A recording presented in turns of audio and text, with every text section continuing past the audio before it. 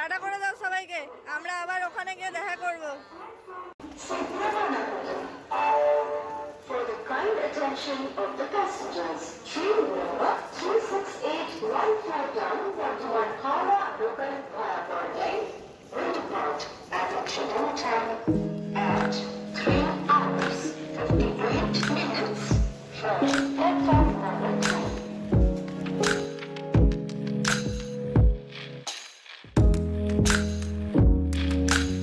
Good morning সবাইকে, আশা করি আপনারা সবাই খুব ভালো আছেন আর আমিও খুব ভালো আছি। একটা নতুন দিনের নতুন সকালেতে আমার নতুন একটা ব্লগে আপনাদের সবাইকে খুব খুব স্বাগত। সকালবেলায় ফ্রেশ হয়ে স্নান করে ডাইরেক্ট রান্নাঘরেতে চলে গেছিলাম আমি রান্নাটা আজকে বসাতে। যদিও আজকে রান্নার চাপ নেই, কেন কি বর আজকে বাড়িতে নেই, তাড়াতাড়ি সকালে উঠে দোকানে চলে গেছিলো কাজের চাপের জন্যে। আর মা এখানেতে পুজো দেবে, সেই কারণের জন্যে আজকে নীলের উপোস রেখেছে, সেই জন্য আজকে রান্না সেরকমভাবে কিছুই আমার চাপ নেই। শুধু বানাবো ডালিয়া, একটু আলু ভাজা আর একটুখানি আমের চাটনি। যদি ডালিয়ার এই রেসিপিটা আপনাদেরকে জানতে হয় যে সিম্পল পদ্ধতিতে কি করে ডালিয়া বানাবেন, তাহলে আমাকে বলবেন কমেন্ট করে, আমি পরের ব্লগেতে দেখাবো পুরো ফুল ডিটেলসেতে। এখানেতে ডালিয়া বানিয়ে আলু টালু ভেজে এখানেতে সব কাজবাজ কমপ্লিট করে খাবার দাবার খেয়ে আমি হয়ে গেছিলাম রেডি, কেন কি আদির সাথে একটুখানি গাছ কিনতে যাব বলে। অনেক দিন বাদ হঠাৎ মন হয়েছে যে গাছ কিনবো।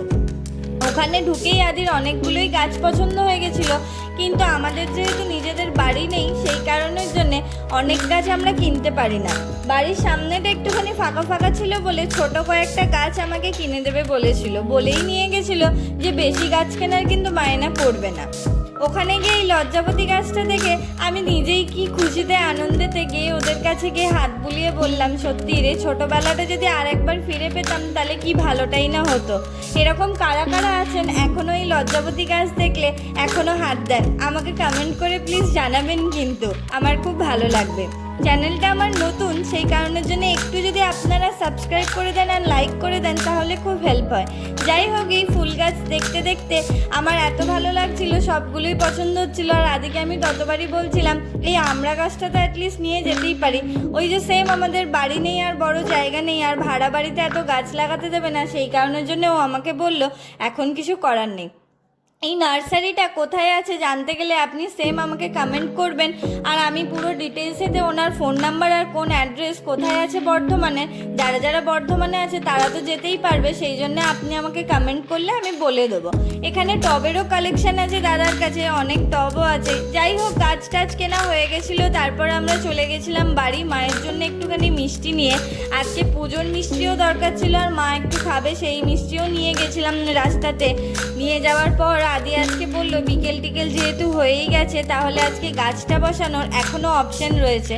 গাছটা আমরা বসিয়ে ফেলছিলাম। এই যে গাছটা বসাচ্ছে সেটার কিন্তু নাম আমি জানি না, এটার নাম যদি আপনারা কেউ জেনে থাকেন আমাকে জানাবেন।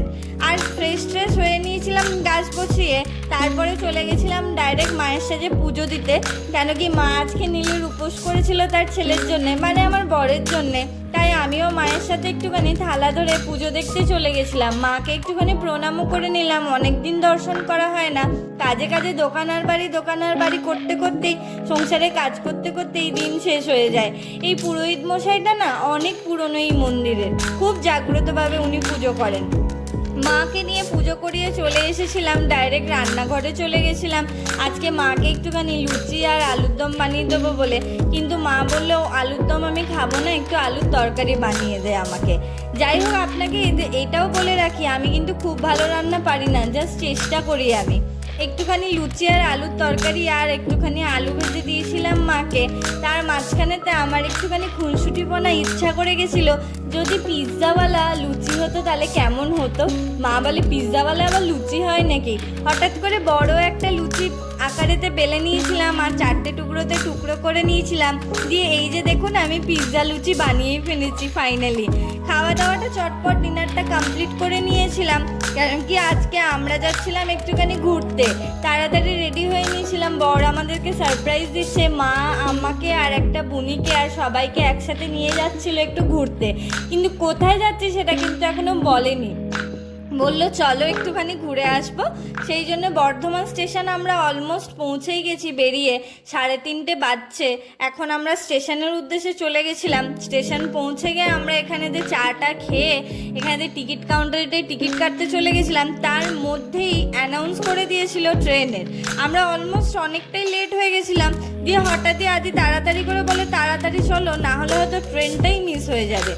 আর যেটা বললো একদম সেটাই হলো। প্ল্যাটফর্ম দিয়ে উঠতে উঠতেই ট্রেন ছেড়ে হয়তো চলে যাবেই করছিল। আমরা ভগবানকে এটাই দেখছিলাম টিকিট নিয়ে উঠতে উঠতে যে একটুখানি দাঁড়াও। যেহেতু মায়ের অনেকটাই বয়স হয়েছে তো তাড়াতাড়ি বলা যাবে না, আর ভাবনা অনুযায়ী সেটাই হয়েছে। এই বোনটা এসে তাড়াতাড়ি এসে দেখছে ভগবানকে ডাকছে যে ট্রেনটা চলেই গেল। এসে এটাই আমি আমার বরকে জিজ্ঞেস করছি, তাহলে এই যে সারপ্রাইজ দিচ্ছ তাহলে কি আমরা সত্যিই যেতে পারবো না? ও বলছে হ্যাঁ ঠিকই যেতে পারবো। যাই হোক, যেতে পারবো কিনা জানি না। ততক্ষণের জন্য আপনারা সুস্থ থাকবেন। এই ব্লগটা এত দূরই, দেখা হচ্ছে আবার নেক্সট ব্লগে।